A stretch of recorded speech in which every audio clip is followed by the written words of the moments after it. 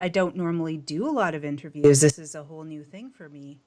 Um, but I feel like I just want to have conversations with really intelligent people, and it's lovely to be able to have the privilege to do that. There's a lot of people I see already joining us. Hello, everyone. Hope all is well.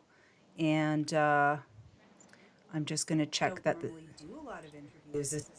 There we go. I can hear that coming in. So I'm going to just pause that there. Looks like Facebook. Just going to double check if it's Facebook is good. And then we can get started.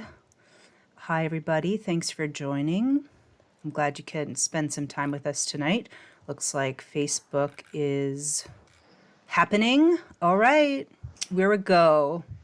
So I have the greatest pleasure today of introducing you to Ken Cousens. And, you know, it's interesting of Gemstone University because I only heard about Gemstone University recently. And so I'm going to learn a lot here as well with this lovely discussion we're going to have. Let me tell you just a little bit about Ken, and then he can take it from there and talk a bit more about how he came to be the founder co-founder of Gemstone University and the Pantera Private Society. And correct me, of course, later, Ken, if I've misspoken on that. But he wholeheartedly believes that the history of the United States and the Constitution, it's not what we've been taught. And so he teaches through his organizations people a different version of our history. And he's working to really establish a different type of status that is a private American national status. And we're going to be talking about that today, and I'm really excited about it. So let's introduce Ken Cousens. Thank you so much for joining us today. I really appreciate it. I've been scrambling here, working hard today, so I'm happy that it got all pulled together. Hmm. So thanks for joining me and for reaching out for talking about it. And I know that you had watched my video with Andy Kaufman, and we were talking about a little bit about you, and that's what sparked this whole thing. So why don't you introduce yourself a little bit more so we know more about your law background and the knowledge that you bring, and we'll go from there. Alrighty. Thank you, Amanda. Hello to everybody. Um,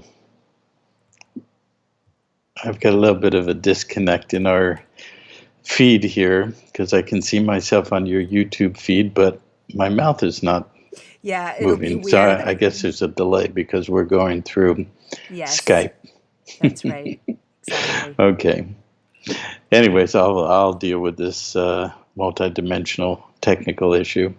Um, Anyways, well, thank you very much, Amanda, and um, hello to everybody. As Amanda correctly said, that I am the co-founder, my wife and I, Andrea, and I met 28 and a half years ago, and we had the same purpose in life, which was to create something that would have a significant effect in this world towards shifting it And from a world that is completely dysfunctional, as I imagine most of your audience already knows that, and um, and and shifting we it into a world had that works for everybody. So when we met in 1992, I had just started a couple of years into studying or beginning to study law, and once we met, our life took on a life of its own, and we've been on a whirlwind journey for 28 years, going through a gauntlet of the world system, traveling all over the world many, many times, many places, gathering, meeting people, and gathering up the data that it took me basically 28 years to put the pieces together up till the current time. Um, okay, sorry, I'm still kind of trying to figure out my. Um, okay, technical stuff. sure. Um, and so we founded Pantera de Oro as a private society in early 2000, 2001. We'll get into a little later about what a private society is, what that actually means technically in terms of law and the world system. But we did that about 20 years ago. We spent the first 10 of those 20 years pretty much on the road, working solo, meeting a few people along the way. But in 2010 through 2012, we started meeting the right people who were coming together to join us to build what is now a truly global society, a private member organization. We have enrolled in our membership over 2,000 people, but probably active legitimately, we have 500 to 700 people in roughly 35 to 40 countries. And our primary function is based on education, bringing forth real education in law, history, money mechanics, banking, the world system, how to understand our relationship to all of that, how to understand how we truly are enslaved in legal and technical precise ways, meaning understanding in precise ways. Many people have a good broad understanding of it, but law is exceedingly complexified in the public, legal, commercial, and monetary system in such a way that it's almost, I would say, virtually impossible to really be able to learn and understand it in the comprehensive way that's necessary in order to take control of your life and to remove yourself from the bondage and the matrix enslavement monetized debt system. And so that's what our primary purpose was, to create an organization that had security protection relative to not being attacked the way so many other people and organizations have been. And that gets down to understanding law and related things like jurisdiction, which we'll get into. And on that foundation of a private society and a private membership contract association built on the foundation of education, we have grown into maturing our intention and our vision to where we're about to significantly expand what we're doing on a global scale in terms of mobilization of projects. We have some pretty extraordinary and exciting projects that are on the way to fully implementing or beginning to mobilize. And part of my goal in learning law, history, money, banking, and so forth was to gain control of our own destiny by being in control of how we actually monetize and manage our monetary issue, not being attached to the current system where you become, essentially you are what is called a bonded surety attached to a bankrupt franchise, and hence everything you create, all the money that is created through your life activity is done in such a way as you own nothing, you don't control anything. We want to move into having full integrated control of our destiny, of our creation, our creative capacity, and understanding how law works and the world system is fundamentally important to doing that. So our educational system is one of the most advanced and integrated to laying the foundation and building the details to be able to do or to understand that. That's great. So, Ken, do you have two different organizations then? So the Pantera is separate from the Gemstone, or are they under the same umbrella? How is that structured? No, it's ultimately the same organization, which is the private society, Pantera de Oro. Gemstone University is the educational extension or auxiliary, if you will, of the society, fulfilling and implementing our intention to create a basis for people to be able to be educated in the areas that I just touched on. Right. And why did you choose Gemstone as the name, as the title? Do you also teach about other layers of things like gemstones themselves, or is that just allegory? It's both. Actually, my business career from the age of about 22, maybe 23, was in the gem and precious metals and jewelry business. Nice. And so I spent 20 years in that business.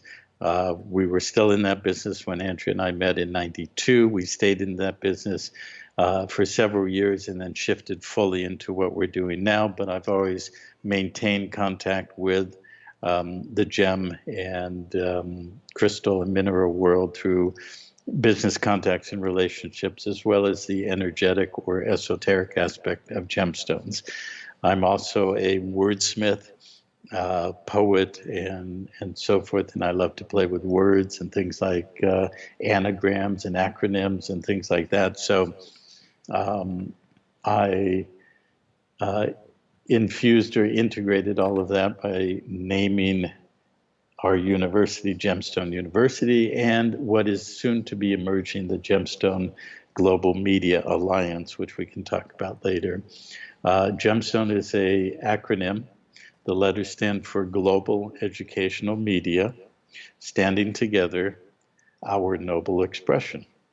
And that explains who we are. We are a global educational media basis or foundation. We are here to create a unified field in consciousness and actual acts and deeds that are implemented in the real world, and as well as so standing together in that unified field, and as well as really encouraging, supporting, generating within each individual being that sense of true nobility of who we really are, not in the old hierarchical system of elitism and the nobility is standalone and separate from the people, but it's recognizing we're all truly noble as creative and creator beings that are here to literally shift by standing together and focusing our creator capacity into this holographic reality we find ourselves in to actually create a new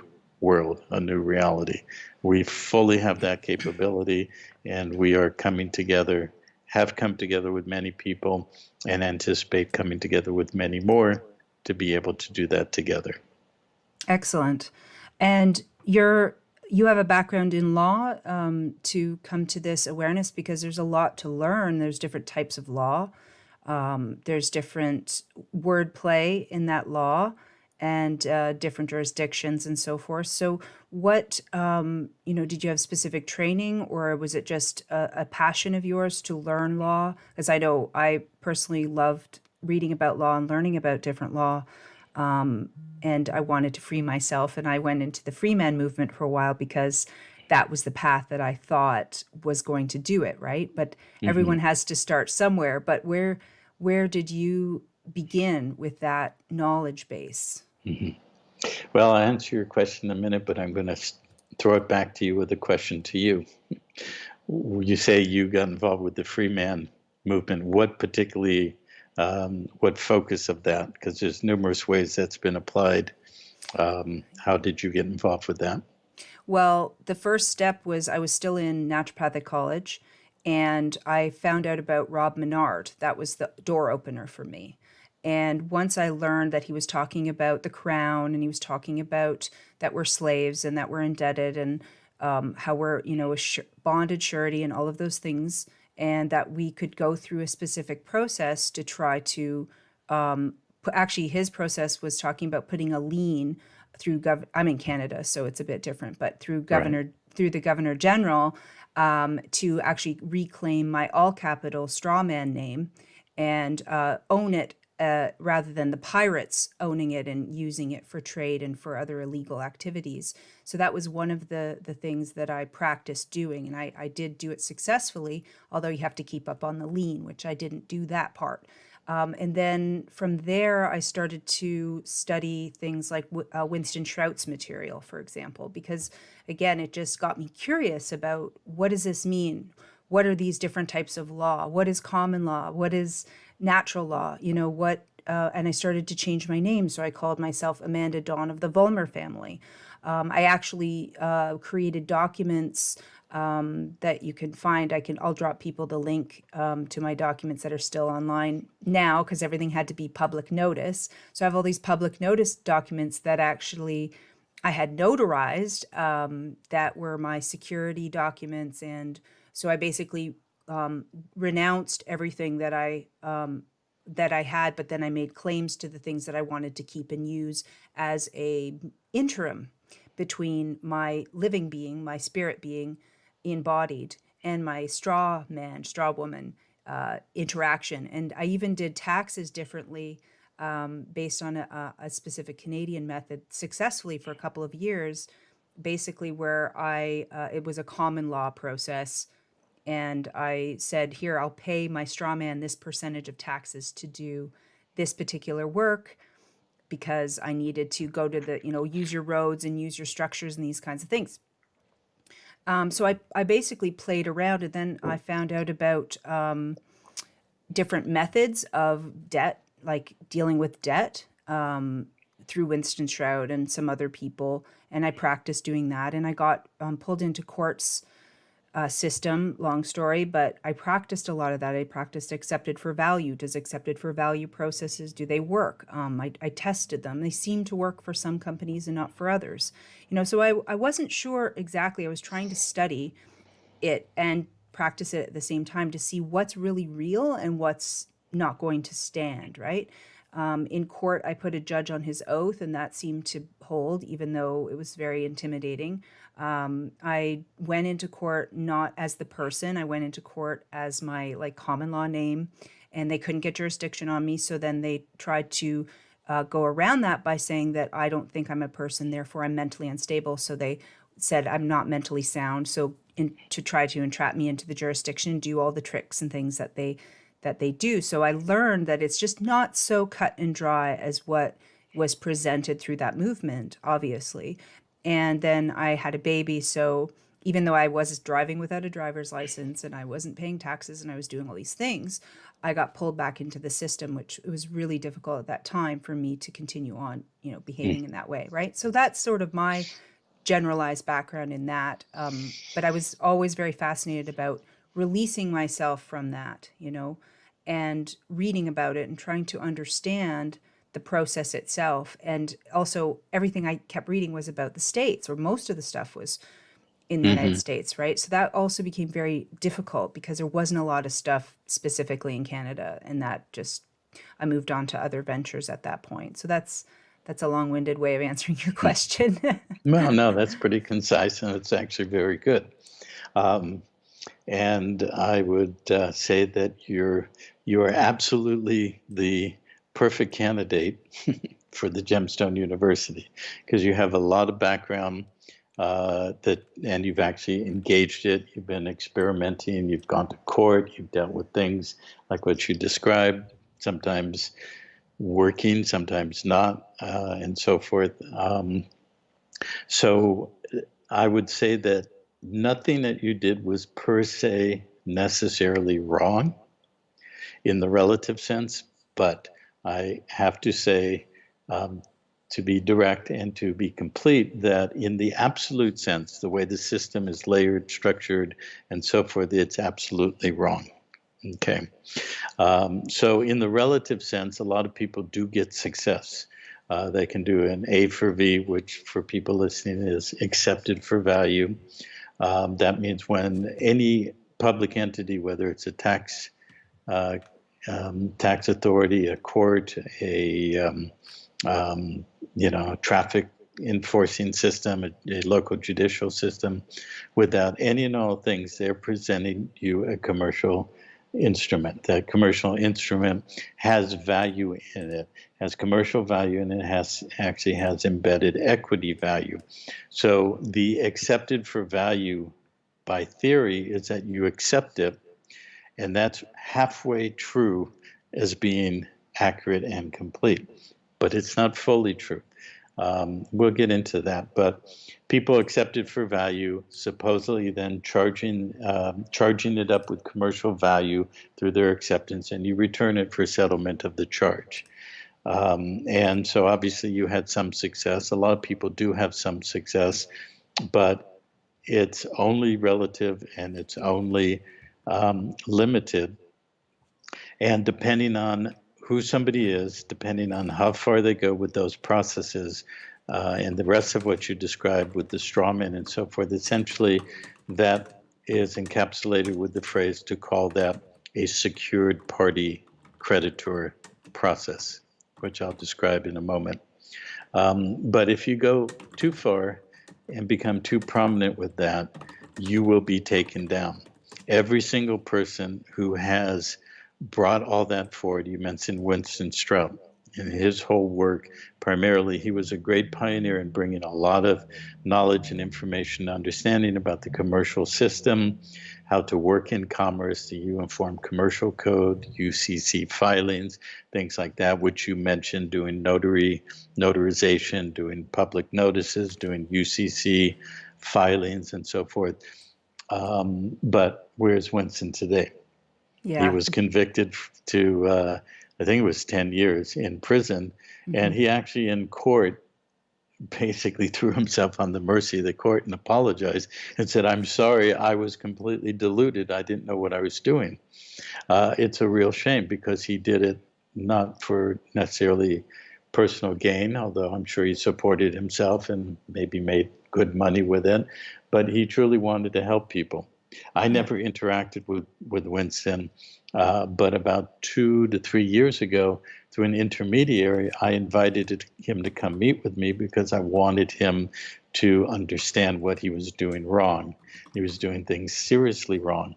Eventually, he came to know that, and that's when he just threw himself on the mercy of the court. But he was convicted because he was wrong, and they're not going to give him mercy, especially since he disseminated so much out into the public. And so if you raise your head high enough, and there's many, many instances of this, if you're doing things in commerce, they will take you down. The reason for this, and the reason I would say, or I do say it is in an absolute sense completely wrong, is because everything in the system depends on what your status is. What is your relationship to the system? So, for example, you use the phrase when you describe what you did as they did these things illegally with my straw man. But when you really get to the depth and understanding at the core level of what really is constructed in the system, you actually come to understand that everything that was done actually is technically legal. And then you use the phrase you captured or you reclaimed your straw man. But that's not correct or accurate. You cannot capture or claim something you don't own. It's literally like walking across the street to your neighbor's house, walking into the living room and deciding, well, I like that stereo and that TV and the furniture. I'm going to claim it. And I'm going to take it back across the street and have it be mine because I claimed it. It's not yours. It doesn't belong to you. It was created by the state. And when we say the state, we can start with the United States, which is at the pinnacle of the hierarchy or the pyramidal structure of the world system. And so subsets of that are the corporation known as Canada, Australia, Mexico, et cetera, et cetera.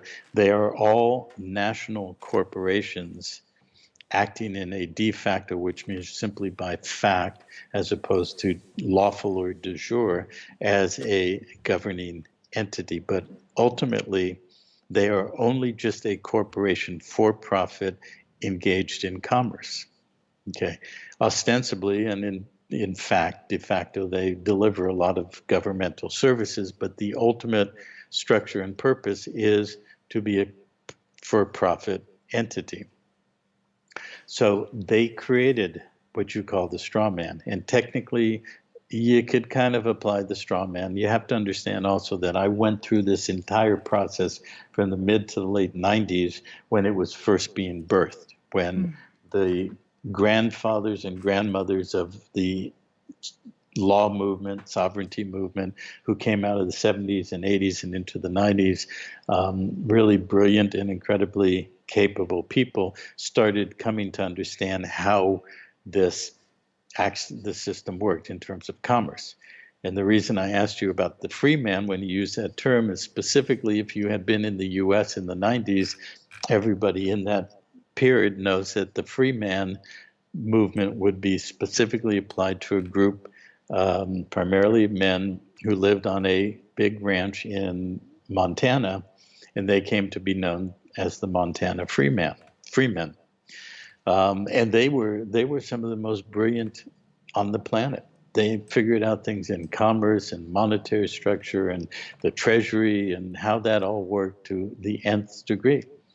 And yet they all went to prison. Many of them died in prison. And everybody who followed suit from there, who learned from them, went on. And these are all the people I studied with. They all ended up in prison. Wow. Okay. So what did that tell me as I watched and observed this, as I, learned and start, putting the master complex puzzle together of the entire world system? It told me that there was something fundamentally wrong. And yeah, they could scream and shout, oh, it's fraud, or it's, tyranny, or it's, this or that. But I knew intuitively and inherently that if it didn't fit completely, if it was a puzzle that didn't completely fit and answer every correlating piece to each other, then it was missing. And therefore, if it missed that, it was, in the absolute sense, wrong. Okay? Right. That makes sense? Absolutely. So then what you've done because of witnessing all of that is you've worked to try to perfect the method of status correction, and teach people how to do it without getting their butts thrown in jail, essentially. Right, yeah, exactly. And I'm happy to report to you that I've been involved with this now for 30 years. I started inching my way into studying this in 1990, 91. It was a very interesting time then. There was no internet. There was very few people who knew anything. They were the ones I just referred to, the grandfathers and a few grandmothers of the movement. And I had to travel all over the country to find them and hang out with them for a day or a few days and learn things and start putting it together. And so, but my nature is one of seeking the synergy and the completeness and the overall integrated whole of a puzzle. And as it turned out, as I like to use the metaphor, it's really not just one puzzle. It's about 10 or 12. If you imagine taking jigsaw puzzles with 1,000 pieces each and putting them all and dumping them on the living room floor, throwing up in the air, and how each puzzle picture connects to and integrates with the other 9, 10, or 12 pictures, and each piece is correlating and dynamically connected to many, and it's a vast, complex, multidimensional. It's multidimensional in time and space, and also esoterically and in the true sense of multidimensional reality. And I have a lot of background since very young in esoteric systems, studying metaphysics and esoterics, and from all the isms and systems, from numerology, astronomy, astrology, all kinds of things. And they all are interconnected, all of it. And so Gemstone University doesn't just teach you law or teach you how to get out of the system. It teaches you who you really are in a quantum whole sense, and how ultimately we are all here, those of you listening who are interested in anything from health or healing or how the body works or emotional healing, trauma healing, esoterics, metaphysics. You may think to yourself, well, yeah, I'm not interested in law and money, but law and money is a mirror reflection of the esoteric system, and it's a full expression in a manifest way of the entire slavery and bondage system. And so you can't know one without the other, and we have to integrate it. And so that's what we've been doing, Andrea and I, for 28 and a half years, 20 to 30 years before that, individually, before we came together, and now with literally hundreds and hundreds of people all over the planet. So getting back to the law and that aspect, are everything, why all those people who were brilliant and cracked the code at major levels of how it all worked, the one thing that they were missing is status. And so, for example, your process, you say you did these notices and UCC and filings and what have you. And fortunately, it worked okay. In some cases, other cases not. Unfortunately, you didn't get really grabbed, as thousands and hundreds of thousands of people have, and been brought under charges, and many went to jail, and others just got fined or significantly had a negative impact on their life. For you, fortunately, that didn't happen, okay? But it does happen almost consistently in that arena. And the bottom line is you don't have the status to do that. You don't have the status to walk across the street and take your neighbor's property. You don't have the status to take property that doesn't belong to you, that you contracted to operate within their sandbox, their commercial playing field. We've all contracted to that. And in that contract, what we did was agree to follow their rules, play on their game board, play according to their rules, requirements, systems, and enforcement. And if we stray away from that, we actually have legally breached our terms of contract that we agreed to. So it's all based on voluntary consent, and it's based on our agreeing to play in their sandbox. And for that, they say, fine, here's this franchise that you can operate in commerce. It has a name that sounds very much like your name. You can use it. You can be licensed to do things. When you're licensed, you get benefits and privileges. You can be a doctor, a nurse, or a massage therapist, or whatever you're licensed to do, and you follow the rules and you stay within your containment parameters, and you can benefit in commerce. But if you want to be free, you have to take specific steps to remove yourself from that field of commerce. And that field of commerce is set up as a field of battle, because those who would own, control, dominate, and extract value and wealth and energy out of the human population and the planet, their entire structure is based on war. Mm-hmm. So their field of commerce is based on war. And when you go into their field of commerce, you are on a field of battle.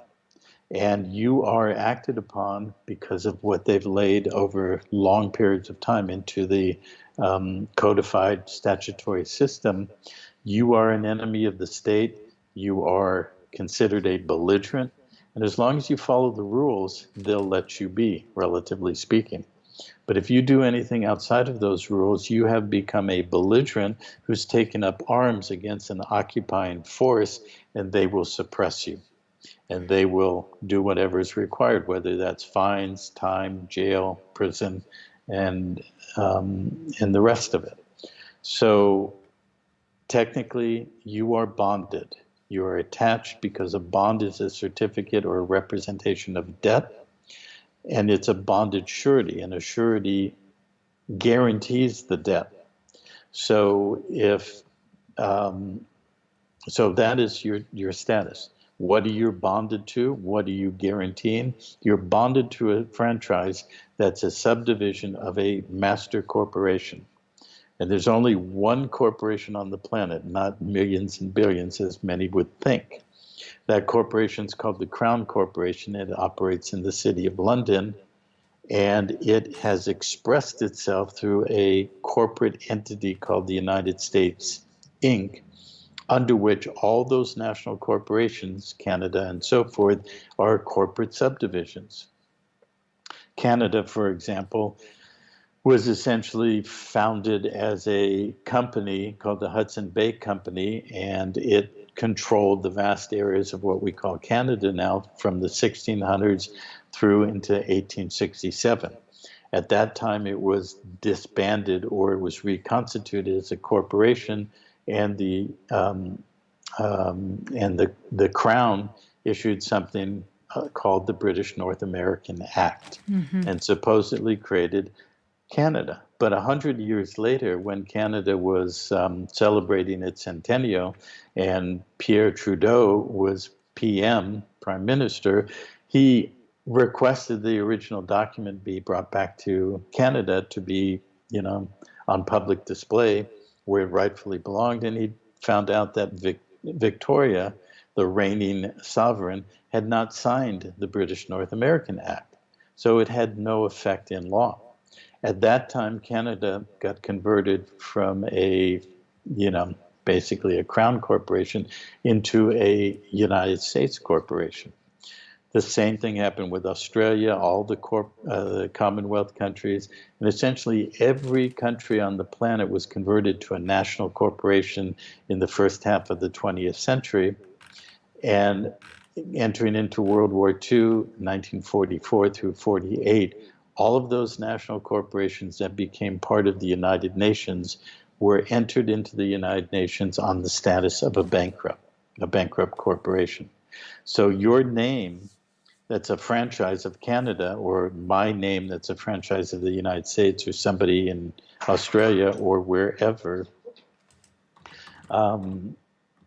is basically operating in commerce by and through a bankrupt franchise. Because if the parent company is bankrupt, so are all the franchises. And it's no different than if you had a franchise for Burger King or McDonald's or anything else. You get to use the logo, the graphics, the advertising, the products, the hamburgers and the buns that they produce centrally. So, basically the Canadian dollar, the US dollar is like ordering your buns and your hamburgers from the central distribution of Burger King or, whoever you have a franchise. And those are your, tools in commerce operating your commercial franchise. But that name is generating debt every single moment you breathe, okay? Every moment. Everything that's ever issued in that name is a monetized debt instrument with commercial relationships. And commercial relationships, such as what you did with a UCC, is defined by a secured party, a debtor, and a collateral. So the secured party that you tried to switch, or Winston Stroup taught everybody secured party process, people would put themselves, their name, in all lowercase or upper lowercase as the secured party, ostensibly being secured against the debtor and taking control of that. But you had no standing to do that. And then the instruments that were created, whether they were bonds, bills of exchange, promissory notes that people created to then be used to settle debt, you were acting supposedly as a private banker, but you have no standing or status to do that when you're still fundamentally the bonded surety guaranteeing all the debt that you created. And so what people actually did when they created all these bonds and notes and instruments on the so-called straw man, they were just piling more debt on top of the thing that they were bonded to as the ultimate guarantor. So we were digging ourselves deeper and deeper and deeper in debt.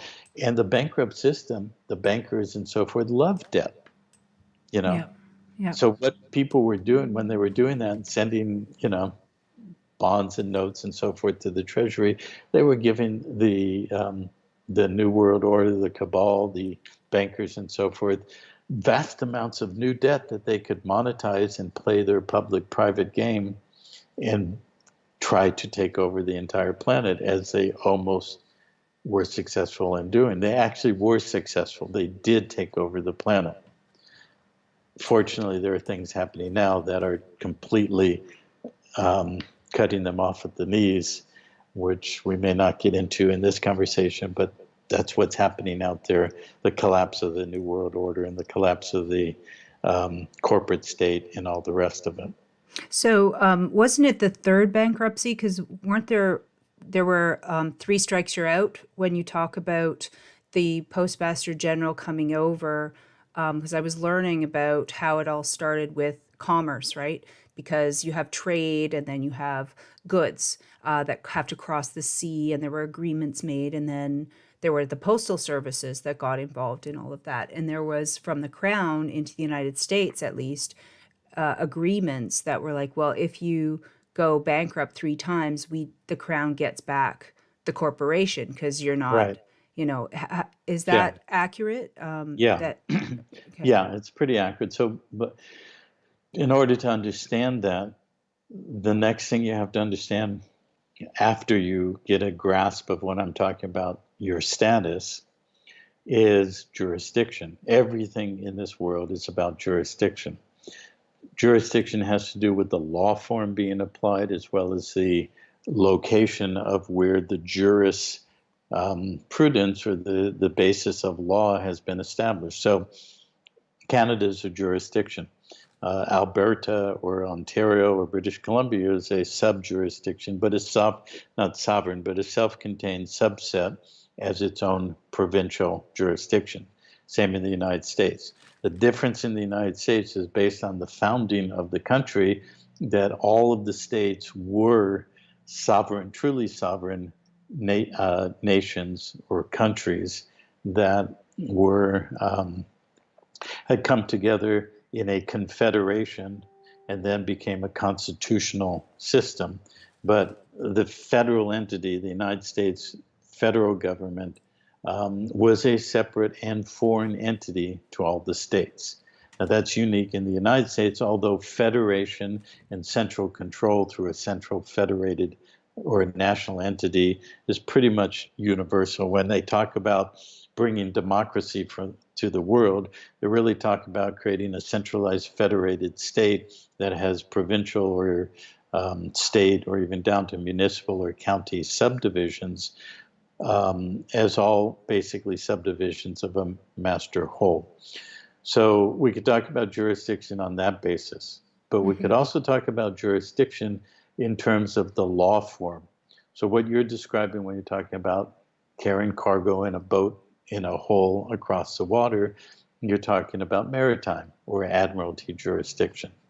That has certain rules and applications that are wholly separate than other types of law, equity or common law or commercial law or kingdom law coming from a crown, or ecclesiastical or canon law coming from a church, basically the Roman Catholic Church. So that's part of what we teach in Gemstone University, is how to understand what these jurisdictions mean, how they operate and how they intersect when they do, and how they stand separate when they don't. And this is where a lot of people get in trouble. They don't actually know what they're talking about when they say, well, I'm acting in common law, or I've now moved myself from, people say I'm a secured party in commercial terms, I've taken control of my straw man, and now I have access to common law and so forth, which is not true at all. And, it's too much detail to go into here, but the point is, we must know where we're standing or where we're not standing. You may be able to walk down the street or go to the beach or hike in the mountains and think you're on the land, but legally speaking, you're not. You're operating in a commercial vessel that's floating on a sea, and that sea is the Sea of Commerce. And you are underwater on that sea because you are bonded to a system of debt that is perpetual, that you've agreed to by consent.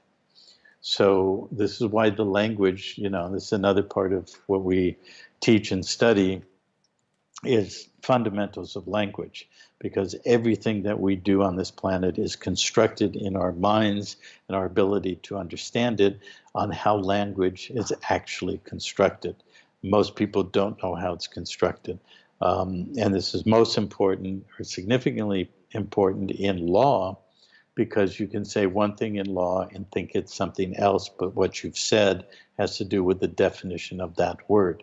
That's why it's called jurisdiction, because diction is the Latin word for word. Right. So juris is law, diction is word. So jurisdiction defines the letter and the word of the law according to its own self-contained environment. But juris also means oath. So when you bind yourself to a jurisdiction, what you've done is you've taken an oath. This is why we grew up in the States taking an oath of allegiance, pledge of allegiance to the flag of the United States of America. What we didn't know is that flag belonged to the Crown through the British East India Company and the Virginia Company and other relative companies, the Dutch West Indies Company and so forth, while Canada was attached to, what I said before, the Hudson Bay Company. Mm-hmm. And we were actually attaching ourselves as commercial vessels within the maritime jurisdiction in commerce and within a corporatized national entity that was bankrupt. And in bankruptcy, admiralty law comes into play. So bankruptcy is controlled by admiralty. It's still part of the law of the sea. And this is what they did. They brought the law of the sea onto the land. And even though we may be, like I said, walking on the beach or hiking in the mountain, our feet, legally speaking, are never touching the ground. Okay? We're not on the land. So we have no standing. And in law, what we call common law, having standing means you have the capacity to state a claim. And stating a claim is phonetically the same as staking a claim. When you stake a claim, you go out on the land and you put 4 stakes and you define it according to lawful metes and bounds, and you've staked a claim and you've properly recorded it. Now you have standing because you have land, and you have law and land, and hence you have other capacities. So this is why fundamentally status correction has to do with status, standing, and capacity. Mm-hmm. And so basically, we're foreigners, not even speaking the correct language, because we're not Well, yeah. speaking the jurisdiction, the correct language of where we're supposedly placed, which is not on the land itself, but on the sea. And us being ignorant of that, we are prone to folly. And if we folly, we will get whipped from the slave master in some capacity. Maybe they'll have some mercy upon us and not throw us into jail like what they did with Dean Clifford, for example. Right? Okay, but let's stop there, because Dean unfortunately knows a lot about all of this, but he, at least when I had a little bit of interaction with him and through his brother when he first got thrown into jail, as I mentioned to you when we talked the other day, he doesn't understand what I've just said. At least he didn't then. I hope that he's opening up and shifting. But Dean wanted to actually engage the battlefield right there in the court. He had no problem, say philosophically or energetically, for being an enemy of the state and going into battle. But I can guarantee you, we don't have time to really go into the detail of it, but I can guarantee you that you will always lose. If you don't lose in the relative sense of going to battle or being in the field of battle in commerce, it's only because you're not important enough to them. But if you're important enough, if you've stepped up and you're trying to, rally the people, you will be taken down unless you know what you're doing. And you fundamentally do not know what you're doing if you engage it in battle. And going back to the secured party creditor process, and I've done it all. You mentioned creating liens. You don't have the authority to create a lien. And in the United States, and most likely Canada too, if you put a lien on a public actor, officer, or entity, you're going to jail if they want you to. Because when you create a lien, you're creating monetized debt. You're creating money. You don't have authority or standing to do that. But when I used to do that, I did a lot of it. I know it frontwards and backwards. The commercial process, the administrative, which means not going to court, but doing things non-judicially.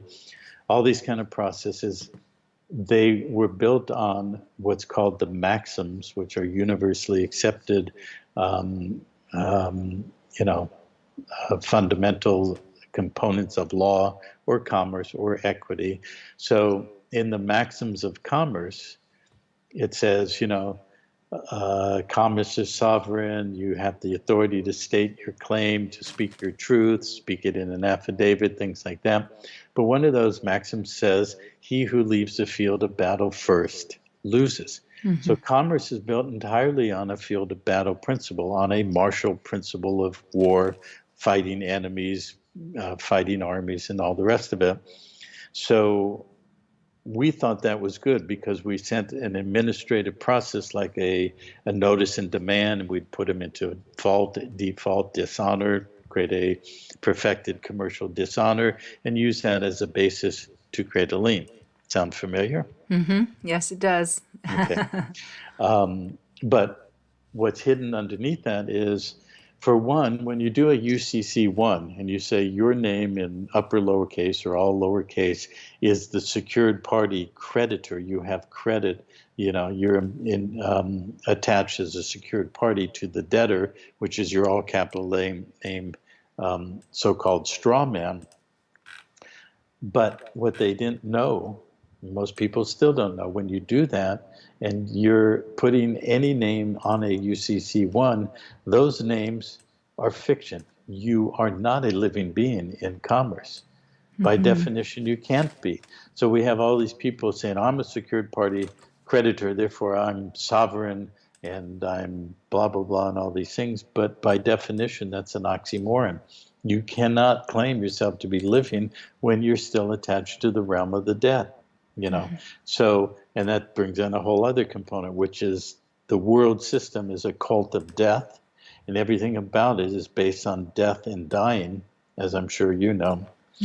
But they own your body and your DNA because you pledged it as the collateral, the third part of the UCC. And so they must maintain public policy and the creation of public funds to create maintain their monetized debt system in the perpetual admiralty jurisdiction bankruptcy for the entire planet, and as well in a cult of death, in a realm of death with all the symbology and energetics and all the rest of that, going back to Egypt, Sumer, Babylon, and you name it, as well as under a military occupation. This entire planet was put into a global military conquest. And we can get into the esoterics and the deeper level of that, multidimensionally and galactically and universally, about what's really happening in this universe, in this creation, that this creational field called Earth is part of, that we're actually in a universal war with forces of magnitude and scale of, inconceivable to most people. But really the last battlefield is right here on this planet. And so they're trying to complete and perfect a universal, complete containment within the context of military conquest and occupation. So when you're in the field of battle in commerce, you're in their playing field, you're in their sandbox, you're in war, you are contractually already admitted as an enemy of the state, and anything you might do in there is considered an act of belligerency or taking up arms, and basically they have rules to deal with that. And so in stepping into that situation, basically what I was taught is you don't act as a belligerent, or you don't, you speak respectfully, and you don't make it worse. Yeah, I understand you, but belligerency is not yelling at the judge. Yes, I know. Dean Clifford likes to yell at the judge, and that's overtly belligerent. But I'm speaking of a technical term in law. In 1899, after the American Civil War and everything being put under the 14th Amendment and municipal corporations in the District of Columbia leading forward towards their goal of the 1930s, creating the whole United States as a bankrupt military occupied entity, and then globalizing it with all other national corporations, one of the stepping stones in that was something called the Rules of War on Land. That's not the exact title, but it was an international treaty in The Hague in 1899. And the very first article of that said that if there's an invading force, if the people of that territory take up arms without being properly organized as a military body, I'm paraphrasing, but that's what it says, they're considered a belligerent.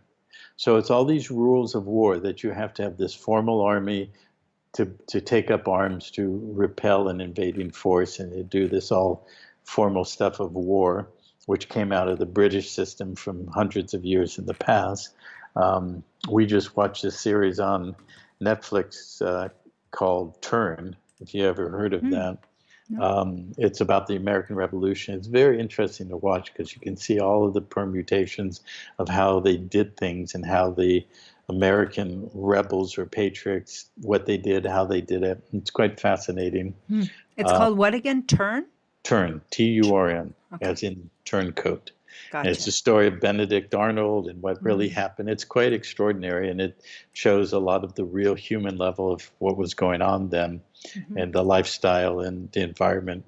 But the point is, when you watch it, you see how the British were so formal about war and maintaining honor on the battlefield, and how things happen if you raise the flag of truce, and how you walked across the battlefield to lay your sword down if you surrendered, and all of that. Well, all of that got translated into the commercial system under a function of military occupation, military conquest, and it goes back, among other things, to that treaty in 1899 that said, if you take up arms against the occupying or invading, conquering, or occupying military force, you are considered a belligerent. Okay, that's the formal legal definition of belligerent. It has nothing to do with yelling in the courtroom. Okay. Gotcha. So, and you got to remember also that the law and the system is told, like I said, all these layers of puzzles, multi-layered, all these pieces, how they integrate and connect to each other. So this goes back to things that were put in place in the Civil War. It goes forward to 1933 in the bankruptcy. It goes back to Egypt 5,000 years ago, Sumer. I mean, it's all interconnected. And so, but when you become a belligerent, you've taken up arms. So all the things that you learn how to do, all the things Dean Clifford tells his people to do, all the things Winston Stroup told people to do, is called domestic terrorism or paper terrorism, because if commerce is a field of battle and you're under a military occupation, if you take up a piece of paper and don't use it according to the codes that control the civil body, in bankruptcy and military occupation, you are becoming an enemy. You're acting in a belligerent way as an enemy of the state. And so that piece of paper, that lien that you did, is an instrument of war. Right. And so that lien becomes a belligerent act worthy of suppression if they chose to do that. And that's why they've called Dean Canada's #1 terrorist. I was always wondering why they used that particular term. And now it makes sense. Yeah. Okay. I'm going to, I don't know which one I need to push. Hang on one second. Sure. Yeah. So there's a lot of people in the chat talking as well. Hey, Jolly, could you get my charger again? And we'll just wait for him to get his charger for his phone. But could you hear that? Yeah, it's okay. I tried to put it on mute, but that's fine. Yeah. That's okay. But really, I think we're in a really fascinating time where we're trying to understand all of this, because so many of us are starting to notice that things aren't adding up. They aren't adding up in healthcare with the germ theory. They aren't adding up spiritually with, religion, certain religions and certain behaviors of religious organizations. They're not adding up legally, lawfully. So it is a great awakening opportunity we have here, because I see this happening on many layers, not just in law, right? It seems to be opening it up multidimensionally, so that we're really getting to finally the core truths about all of the foundation of this, and how it intercedes into all aspects of life, from your spiritual self and into how you interact with the world, right? Your karma, all of these aspects, it's a huge apart, and that people are curious. Like, there's so many people now that want to join communities, that want to leave the system, that are tired of being ruled by people who act like narcissists, right? Hmm. And I feel it, and I think we need to now lead the charge a little more, with more oomph, because there's a lot of people who are buying land right now. They're not sure what to do. They're still going to have to pay taxes on that land because they're still in the system, and they don't know how to defend that land because they don't own it. We don't own anything that we're purchasing here. So then Right. how do we do that? Now, when you talk about status correction, it sounded like there's a land aspect to this Hmm. component. So Yeah. if you were to say, "Hey, I'm going to stake this piece of land and I'm going to land here and I'm going to put a flag on it and I'm going to conquer it," is that would that just be an act of war yet again? Well, if you use the phrase or the word conquer, absolutely. Mm-hmm. Okay, so um, absolutely that having the being able to truly perfect one's status and standing does require a land component. It's not complex. Well, for many people it can be, but we broke it down as much as possible, and we will continue to expand and integrate the educational aspect of being able to learn this stuff. Once you really understand it, it becomes less and less complex. It's more coherent. A big part of making it understandable, digestible, and coherent is doing the inner work, which we strongly emphasize as well.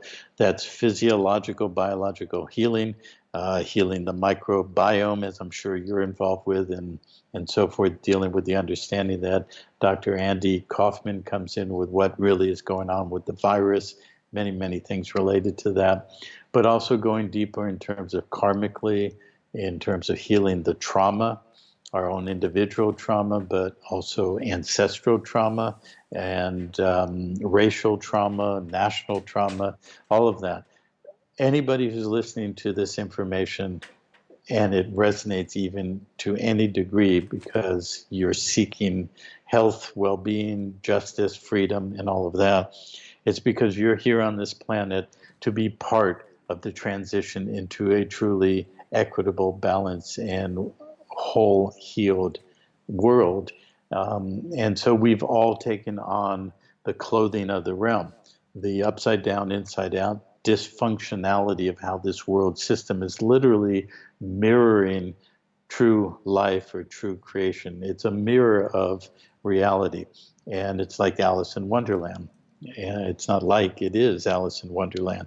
So they all relate to each other. So claiming the land is a component of status correction. We're not conquering it, but we're claiming it by right of standing. Mm-hmm. The United States has a certain unique aspect of that because the United States, when you have that standing by correcting the status, you have the inherent and absolute substantive right to claim land. Now, when you claim it, it doesn't mean you own it. It means you have stewardship, you have relationship. It's also, if we want to expand it in terms of our relationship to the earth, and seeing it on the macro scale, the earth has been invaded by a parasitic force, a martial force that seeks conquest by military force, violence, and death and destruction. So the whole agenda, in summarizing, is the whole thing was to lift us off of the land. So we don't have that resonant relationship with the earth itself. What's been done to the original people who are the indigenous stewards with, let's call it, valid contracts with the earth, they've all been either conquered or decimated or genocided or all the above. But ultimately, looking at history, what were we taught in school? That was a great period of civilizing Mm-hmm. the non-Christians, claiming it The under, savages. yeah, the Mm-hmm. heathen, the savages, under something called the doctrine of discovery. If you go back to the papal bulls from 1302 into the 1500s, and how that relates to the Pope, the crowns, the kings, and the flags on the ships that were put on these lands. And regardless of who was there, if they weren't already Christians under the Catholic Church, then they were not relevant to their method of conquest and so forth. But eventually, it brought everybody sooner or later to a voluntary relationship by consent to be the chattel property, to be the conquered, civilized, lifted off the land, human capital stock. So that was done for a reason, because we live in a universe that the fabric of this universe is sovereign free will.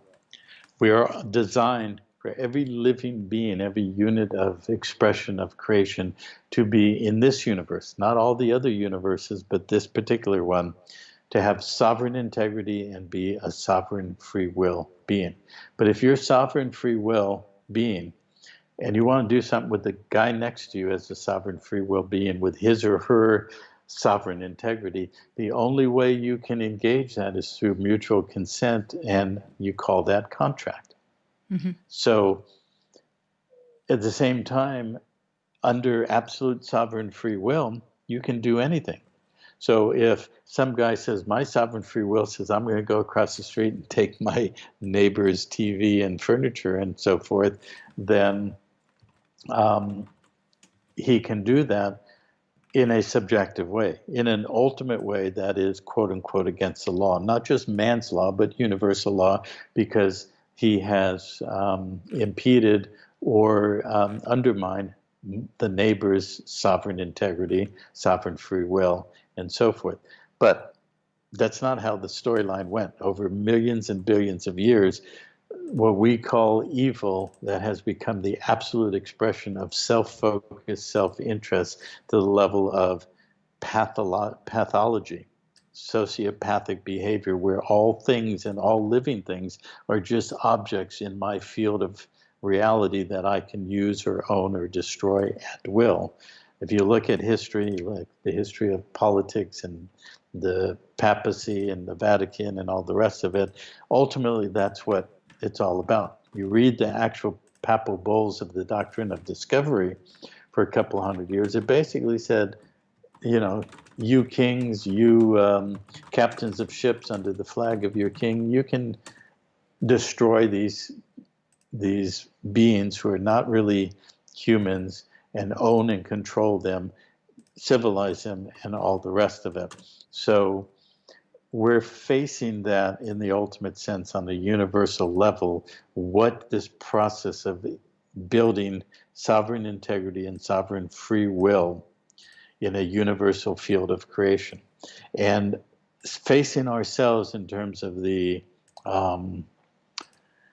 abuse of that sovereign standing or sovereign free will, and coming back to understanding who we really are in this universal creation, and who specifically the people, going back to what I was just saying, if you're here, you're part of the solution. You're here to transmute and transform this dysfunctionality that has created this world system that's completely upside down, ass backwards, completely life negating, based on war, violence, death, and destruction. Okay. And so don't you have to get rid of the clear old contracts and relinquish those interconnections that whether you've tacitly agreed to them or overtly agreed to them on paper or whatnot, for as a fundamental part of the status correction process? Yes, absolutely. And not only just lawfully, monetarily in terms of status correction, but energetically and multidimensionally. And when I say we took on the clothing of the realm, we took on and actually lived through lives to take on karmic structures so that we would transmute it on the basis of being part of this creational field and the substance of the earth, and coming back into resonance and harmony with the earth itself. Because the beings who came in under this martial conquest ultimately did not come in here in proper contractual relationship, and that's a long story for another time. Uh, Mm-hmm. and so we had to be in the physical body to do this. And we have to do it through our body, through our emotions, through our mental and our energetic capacity. And so imbuing or infusing our consciousness into understanding all of this, how law works, both universally, man's law, all these different things, it starts transmuting this on a global scale and really on a universal scale. And that's what we're building in Pantera as a private society. And we use everything in the world system in terms of law, and we use it properly, but also privately. And that gets into a matter of jurisdiction. It also gets into why I never went to jail or prison. And all the people that I studied with in commerce and everything, that's where they all ended up.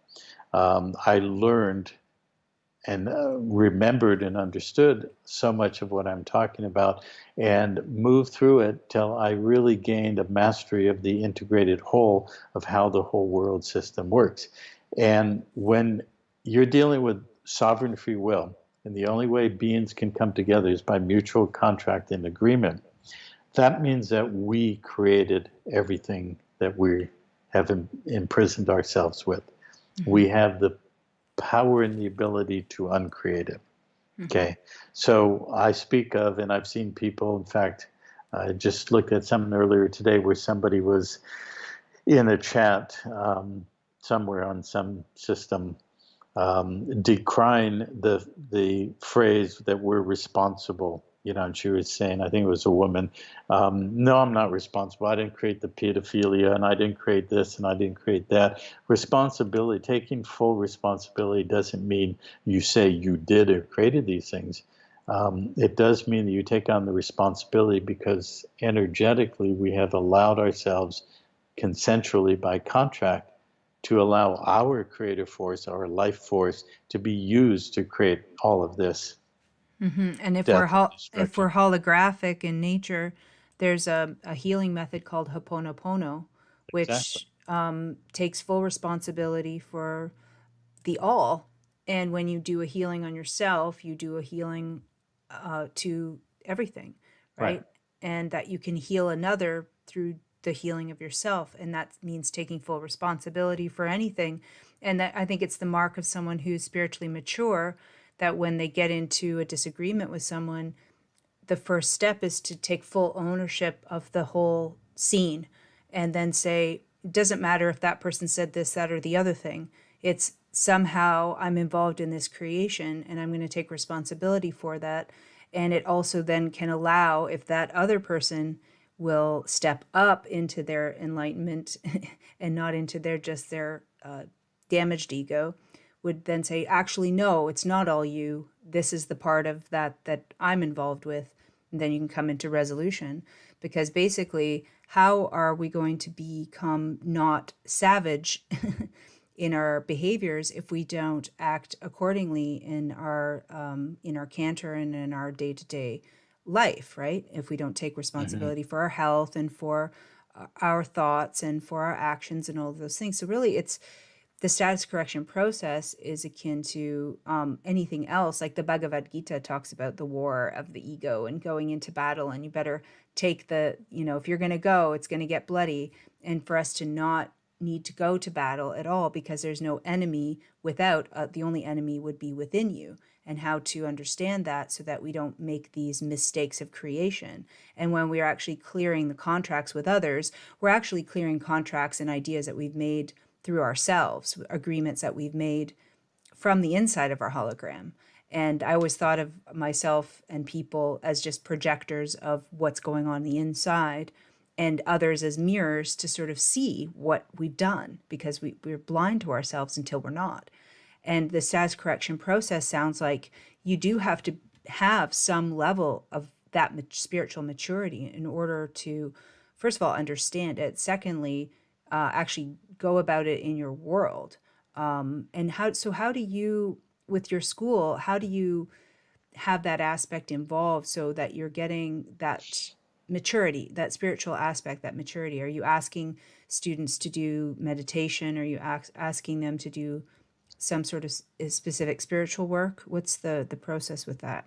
Yeah, good question. Well, right now as we speak, we're in a significant transition into reorganizing, reconstructing how we're moving forward.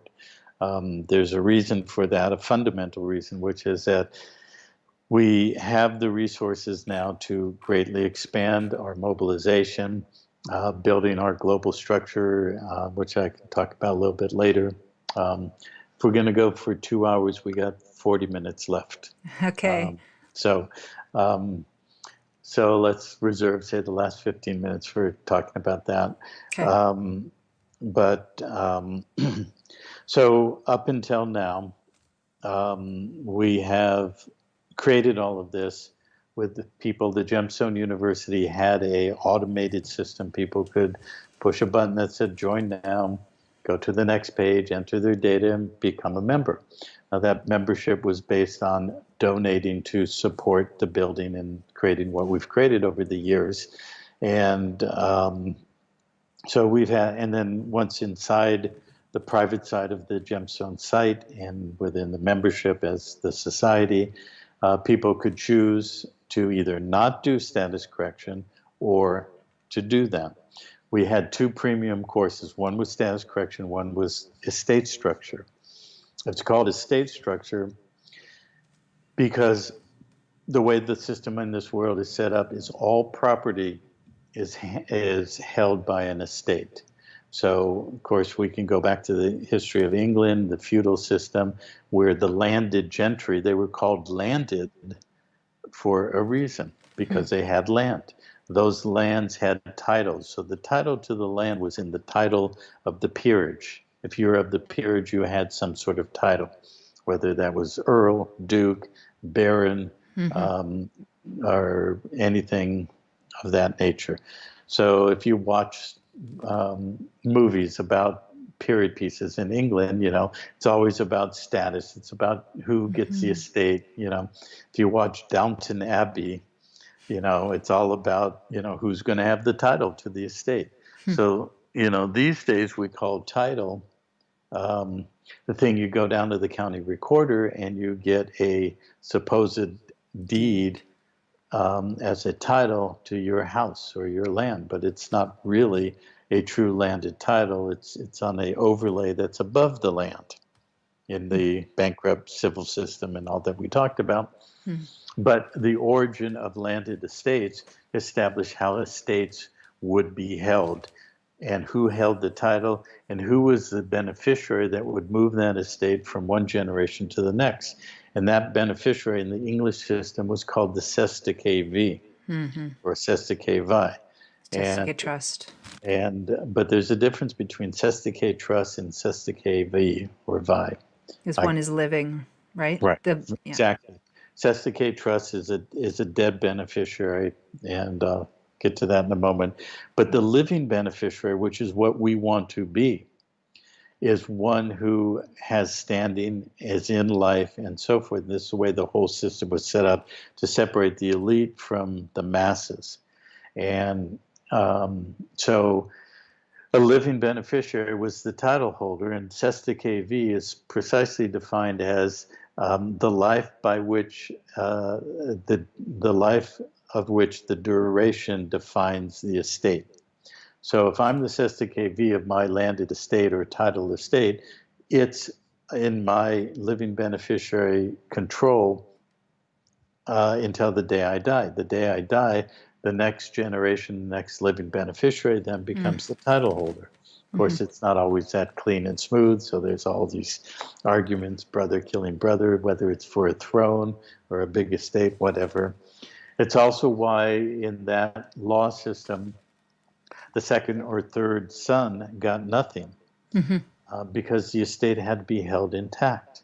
And it was that structure of many estates combined that was set up to extract the wealth, and they all became the investors and stakeholders of the Virginia Company in the Hudson Bay and so forth. And they amassed this vast amount of wealth.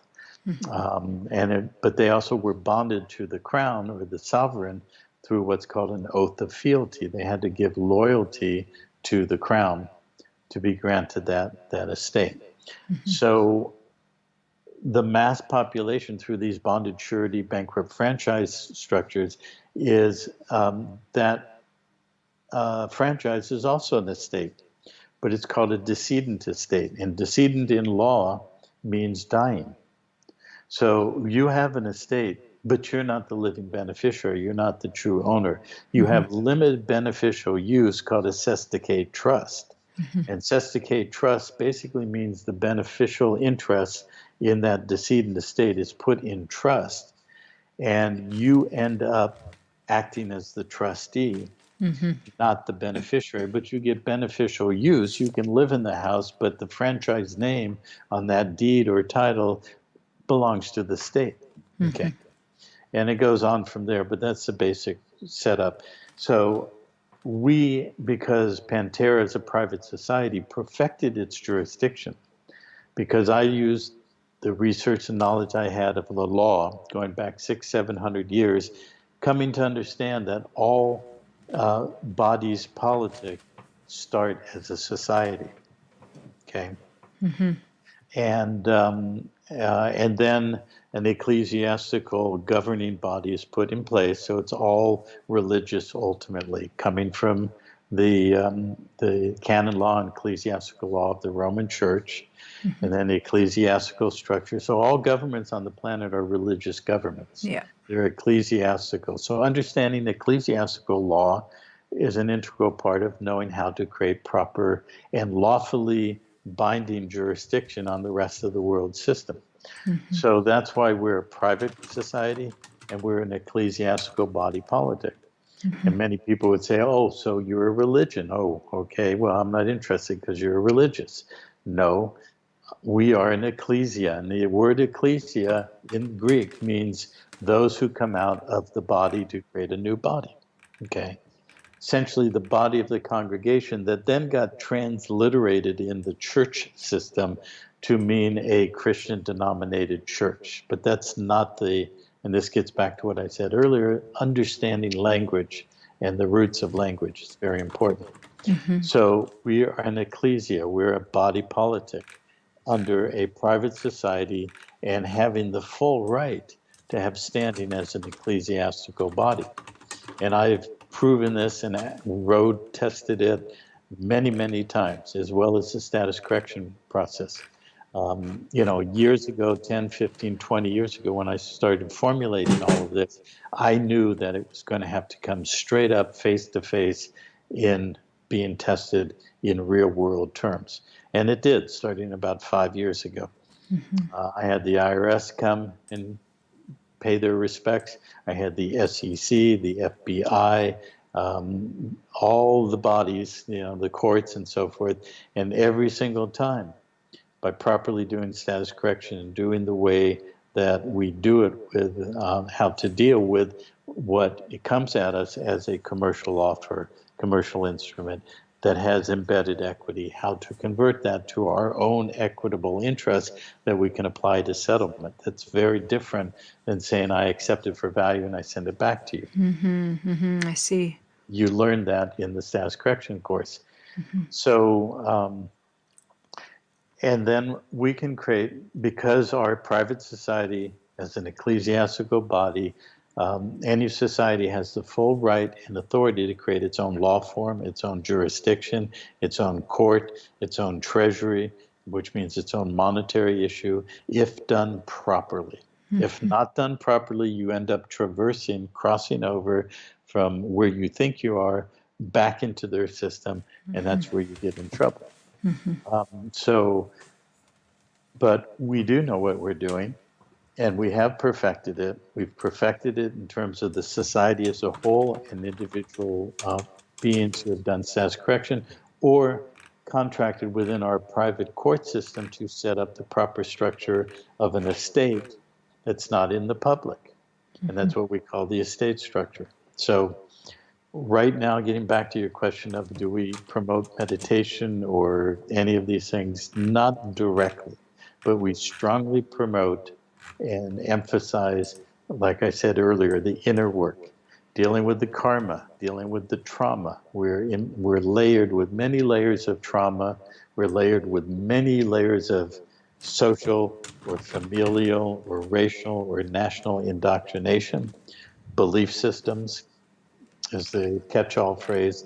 And we have to remove all that because those are the threads that bind us to a false reality in the matrix.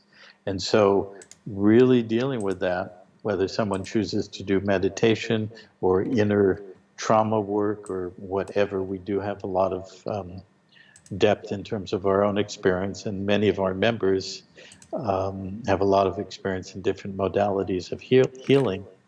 And so it's a comprehensive whole to heal oneself at every level, including status level. And so right now we are in a transition. We are not taking new members at this time. We're just setting up, and it'll be ready in the next day or so, a method for people to request to be reviewed or interviewed and submit some answers to questions, do an essay, and be interviewed to be considered for membership. The reason we're doing that is because we've gotten to the point where we don't need members to come in and do the donations for the courses and or general membership. And so we're switching everything to an entirely new system. And the real price that we're bringing, that we're requesting our members and new members coming in, we don't want your Federal Reserve notes or your Canadian dollars or any fiat currency. The price of admission is one's being and one's passion and one's commitment to be fully committed to doing the work inner and outer and being part of a unified whole that's doing the work in the larger whole of what we have to do to literally transform this world. We have the resources to do that. We have significant projects all over the world. Right now we have a standing contract with the country of Sierra Leone to come in and completely implement new infrastructure of housing, medical, educational, doing large-scale infrastructure projects and things like that, literally as a full template or a model for any other country to repeat or replicate in their own country. Wow. So we need beings of real passion that's here to commit to being part of creating a new world. We have the tools, we have the law form, we have the jurisdiction, we have the knowledge, and we also have the resources to do this now. So we've shifted over, and we're in the process right now in the next week or so, to where if anybody wants to come work and play with us, there's a lot of incredible things that we're doing, but we want to know who you are. Because for 6 years we had our door wide open. It's just like we opened the door to the house, we said to the neighbors or travelers or anybody who is around, come on in and partake for a very minor donation in everything we're doing. In the most part, we got incredible beings, people who have now become part of our ecclesia, our body politic. But we also got some very nasty people. We got some real agents and real undermining forces that we had to deal with in many ways. It was a lot of karmic stuff, a lot of energetic stuff. It was all appropriate for the period, but we're done with that. We only are interested in people who are willing to step up with their being and their passion and their commitment. And bring some sort of focus, whether it be like healthcare or, whatever aspect they're trained in, but be passionate in their purpose and present that basically to you and say, here's what I've learned or here's what I feel called to do. And be genuine and authentic is probably a big part of that. Right. Or come in as a gem in the rough that needs to be polished. So, I mean, we're looking for young people who do have that, sort of natural enthusiasm to be part of this. We're not looking to be part of the tronic, mind-controlled Borg system that the other side of the equation is trying to push humanity into transhumanistic Borg hive mind reality. A lot of the young people are already far gone into that, but we're looking for those still with a spark of life who may not be polished or complete with professional skills, whatever. And that's why we're an educational body as well. We plan to build a global education and media.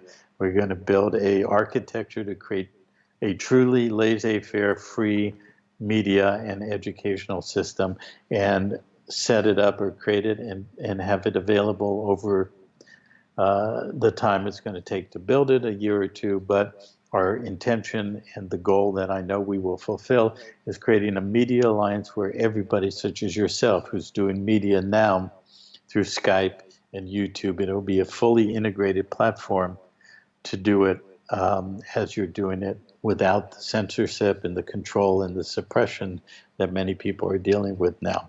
So it's a very comprehensive whole system.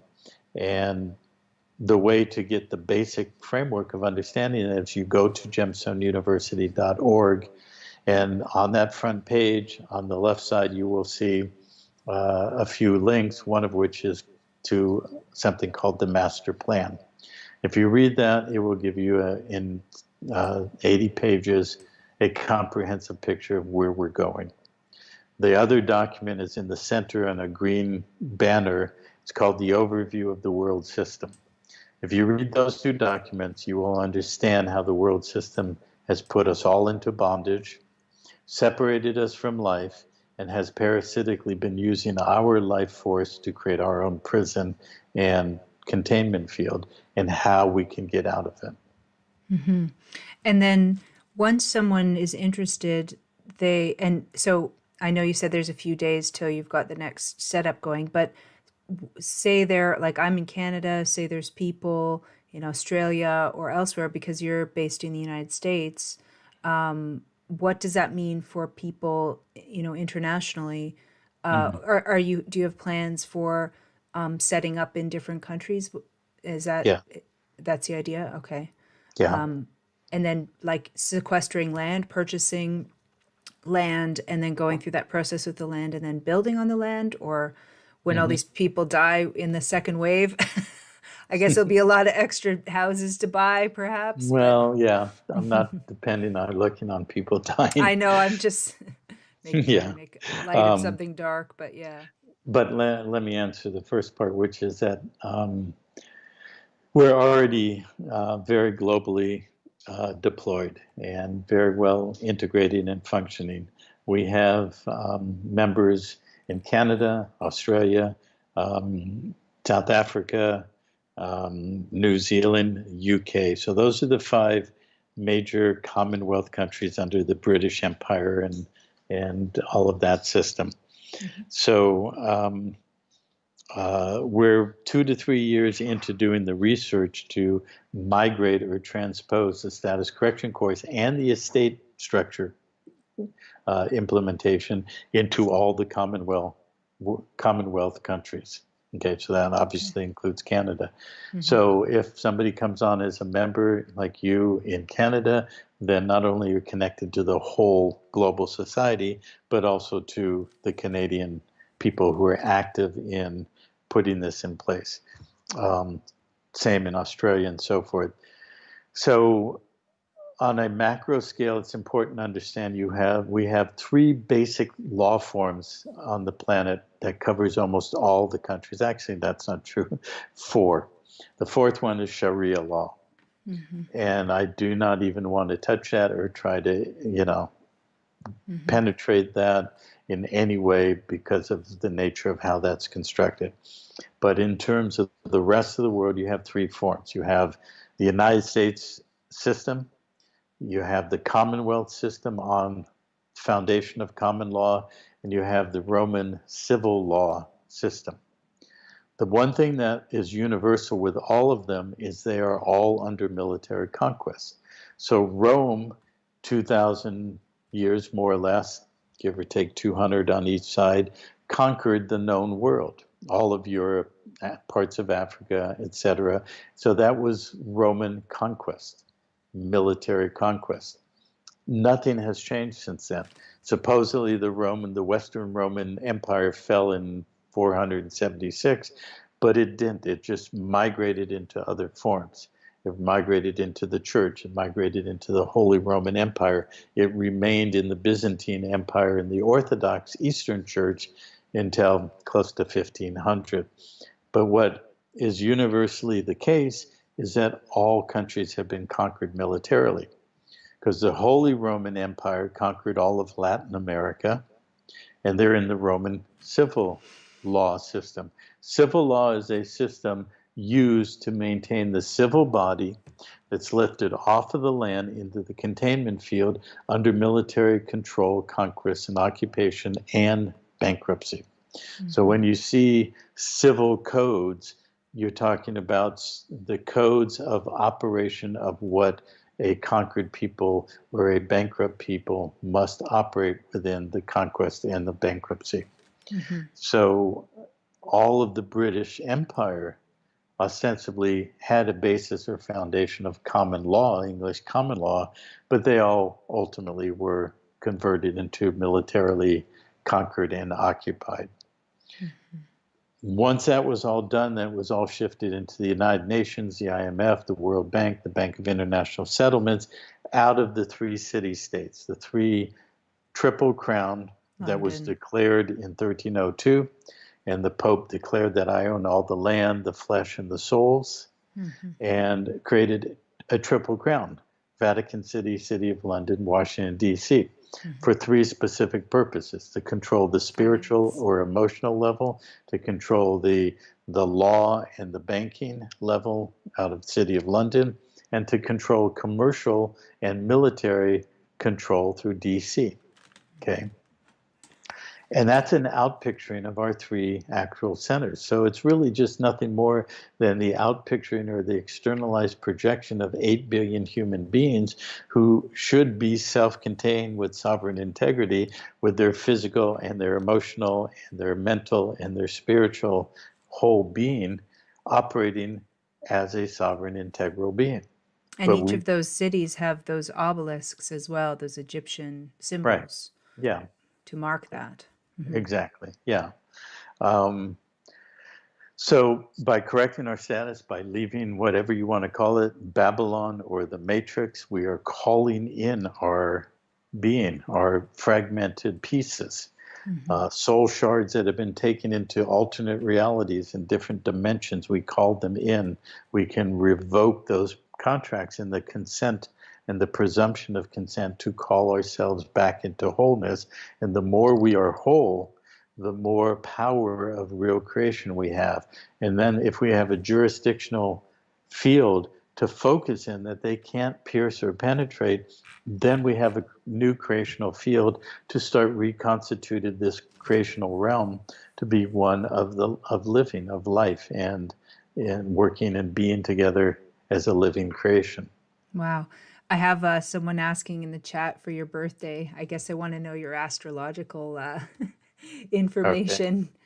Okay. Because of the way that you present so nicely. Yeah.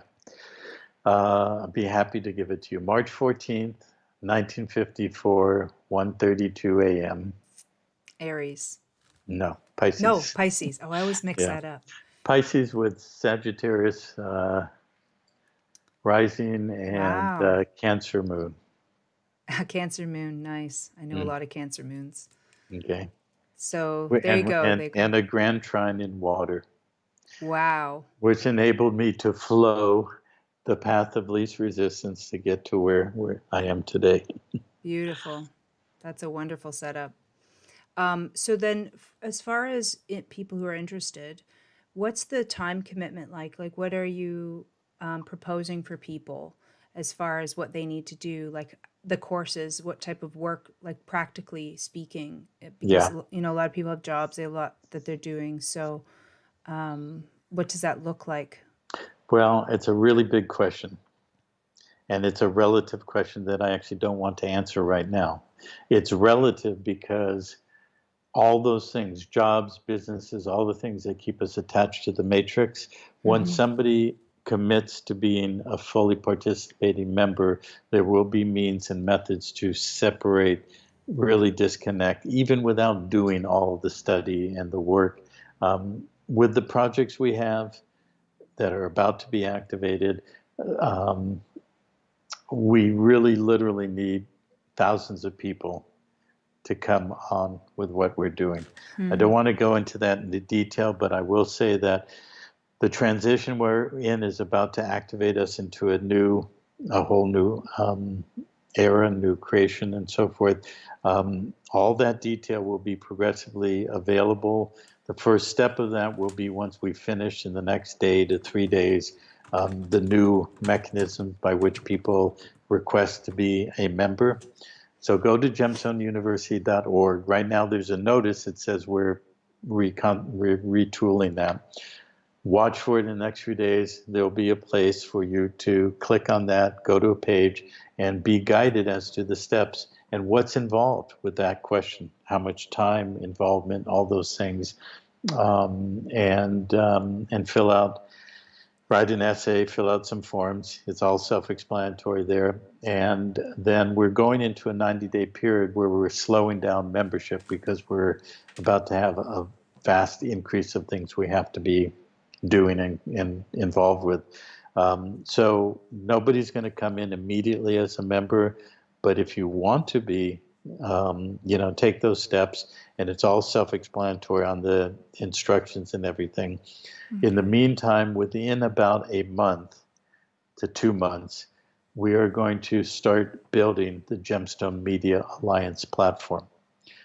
The first step is to create a website. That website will have the detail of what the large global platform is going to be. And I'll explain that in a moment. And as well as being a conduit or a focal point for gathering news, commentary, and so forth of what's really going on the planet without using YouTube or censorship and all that kind of stuff. And also we're going to take most of the Gemstone University and we're going to make that all public. So there's going to be a vast amount of education that formerly was only available to members. It's going to be totally available to the public. Okay, so that's where the transition we're in. So the content that will be there available on the Gemstone Media website and the new Gemstone University website, all available publicly, is quite an extensive amount of detail to go into that is designed to be self-directed to start filling in everything we've summarized in this conversation.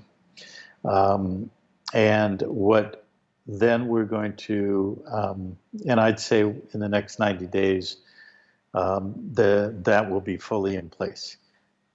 During the course of that, we'll start reviewing the submissions of people who would like to be members, and sometime within the 90 days, or starting in 90 days, we will be interviewing people, we will be, qualifying people, and bringing more people into membership. If somebody wants to work in our projects and not be a member, we will do arm's length contracts either individually or with companies or organizations. And then ultimately, we're aiming at launching the media platform in a year, roughly a year, by the end of August. And what that's going to look like is a completely decentralized distributed model. And I don't want to go into too much detail technically, but basically, suffice to say, we all know that the whole New World Order matrix is completely built on centralization, central banks, central communications, control of data, control of everything, control of education, hierarchically structured. Where we're going is back to how creation and life really emerges and sustains itself. It's decentralized. It's a distributed model where everything is everywhere and nowhere. So our platform will be everywhere and nowhere, and it will be in the protections and immunities of the private jurisdiction, not only of Pantera, but at another level that we're working with.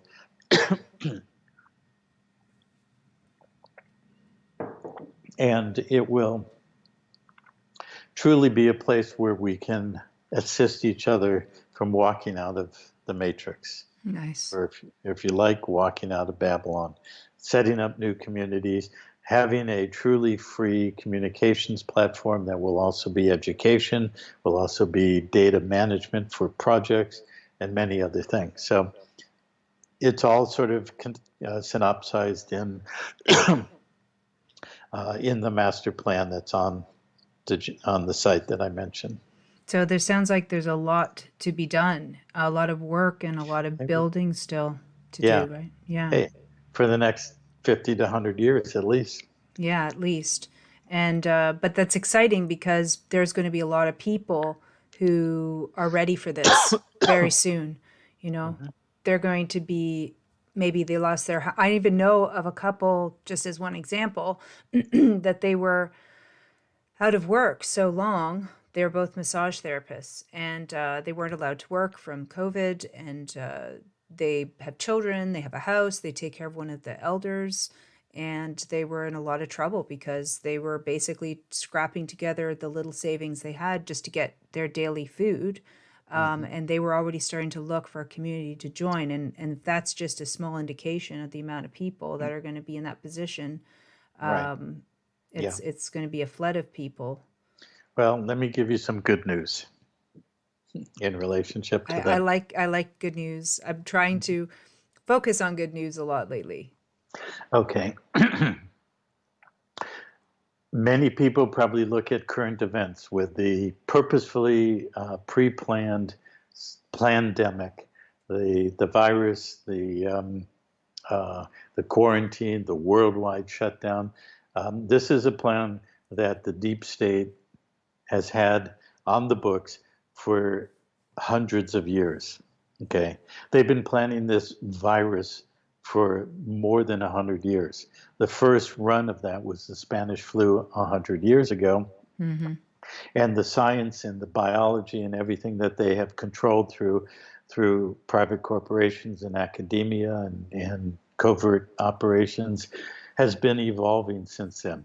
It was intended to implement or bring in the New World Order, forced vaccinations, forced chipping, forced biological control. Because technically, if you're the bonded surety and your body and your life force is the collateral for that, and your genetic ancestral lineage and code, that's what you've contracted away to be able to operate through your franchise in commerce. So as such, they have absolute capacity to do whatever they want to maintain public policy, the public funds issue system, the central bank system, and so forth. So everything we're living in was their end plan, with one change of that. It's not going according to the way they planned it.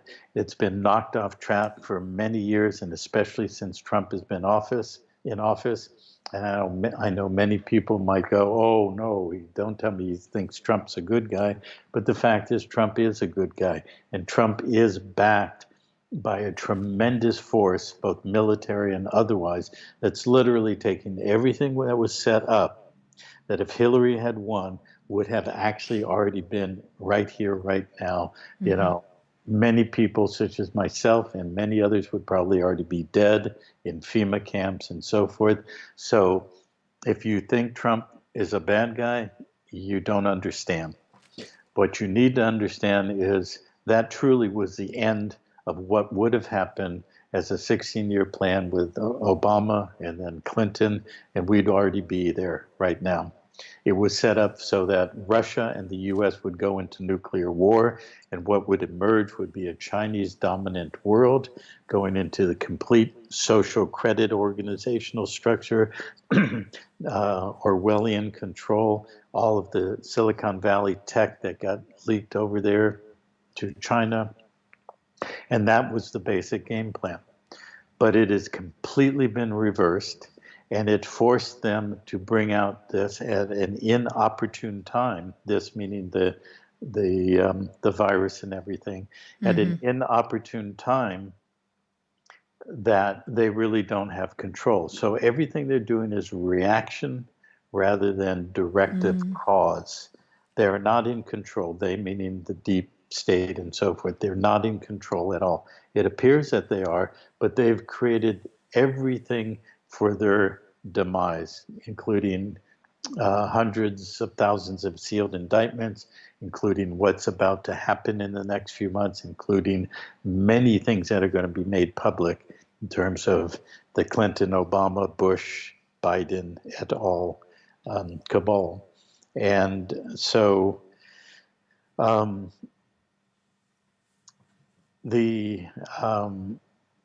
going to be a significant rough period that we're going to go into over the next few months. And I would like everybody who listens to this as a recording or who are on watching now to really stay stable, stay grounded, to understand that all of these things that you're talking about, from the small family who can't support themselves, who are losing or lost their house, to small businesses. Right now in the U.S., they're estimating that half of the businesses that had to shut down will never be able to open and things like that. It was all planned for an economic collapse, but there will be things that are coming that will be a resurgence, both economically as well as socially, and many, many other things that will open up our opportunity to be that force of change that I've been talking about in a truly different reality and context. And a big part of that is definitely Pantera de Oro and what we've talked about in terms of the jurisdiction and the ability to do that.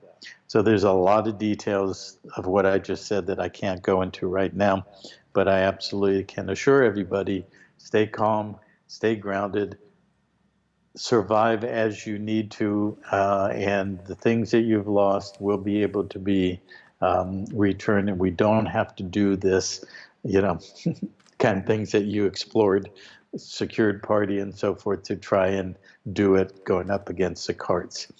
The only way to win their game is not to play. That's true. Okay? Yeah. And so to remove oneself from the field of battle and to go to peace within oneself and within one's actions, that has more power by a magnitude of scale that's off the charts than any sort of confrontative belligerence, whether that's physical or in court or whatever. And what it requires is education. So that education will be available to the whole world that we've developed very soon. Wow. I agree that we're in some beautiful times coming, because that which is unseen is being seen, and that we are being asked to do the work required and take responsibility to empower ourselves to change our behaviors and to begin what we feel our deep purpose is inside of us, and follow that bravely, and not worry about getting involved in the monopoly game and not being pulled into the drama and the trauma and the sensationalism. And however the game is being played, which is basically a multidimensional chess game, to really stay calm and centered, which I talk a lot about, and not to worry so much about who's the enemy, who's the good guy, because that can also pull us into a whole bunch of tricks and traps. But that we do and are making the way for the future generations, and it's happening. And you're evidence of that right here, Ken. And so, it's really wonderful that you took the time to speak with us and to share this information in a very clear and concise manner that's, I know, is going to be really enlightening for a lot of people and clarifying for many more. And we'll look forward to more coming out of your excellent, purposeful works. And yes, thank you again for being here. And I'll make sure all the links are put in the descriptions for everybody so that they can find you. And any final words before we close off? Well, We do have some good content on Gemstone University as a YouTube channel. So if you go on YouTube, if you could link that as well, that would be good. Sure. And there's a series of interviews that I did with an Irishman named Sean McGuire, that's on the YouTube channel. We've done 6 so far, and next Wednesday we will do, have we done 6? No, I think we've only done 5, maybe 6. Anyways, next Wednesday at 1 p.m., there will be the next one, and it'll be live. So you can find that on the YouTube channel. You can also find 2 of the most significant past seminars that I did. One is called How It All Fits Together, which goes into the both sides, everything we've talked about, the esoteric with the physical and the geopolitical and history and everything. It's very, very significant material. And the other is called the St. Louis University Seminar, which really repeats a lot of what I did years earlier and how it all fits together, goes into more of the symbology and the esoterics and stuff like that. So while you're waiting for us to make public Gemstone University or open up the Gemstone Media, you got plenty of material there to work with. Yeah, time to get to work, get learning, build the knowledge base, come in with your head clear and your heart open, and get excited, because it is exciting to learn this stuff and to feel like you're getting somewhere out of this prison cell. And this is definitely, shining a light on all of that. So, well, that's wonderful. I'll make sure I share all the links. You guys also can follow some of my blog posts. I'll be discussing these things. My new website is yummy.doctor. It's not quite live yet. We're still working on it, but it should launch in another week or so, because I know you guys are missing my blog posts in the meanwhile. I do have, obviously, yumnaturals.com, healingwithyumso.com. We've been with Ken Cousens of Gemstone University, and I really thank you all for joining us tonight, and we'll see you again soon. Thanks a lot, Ken. Thank you, Amanda. Thank you, everybody. Have a good evening. Bye-bye.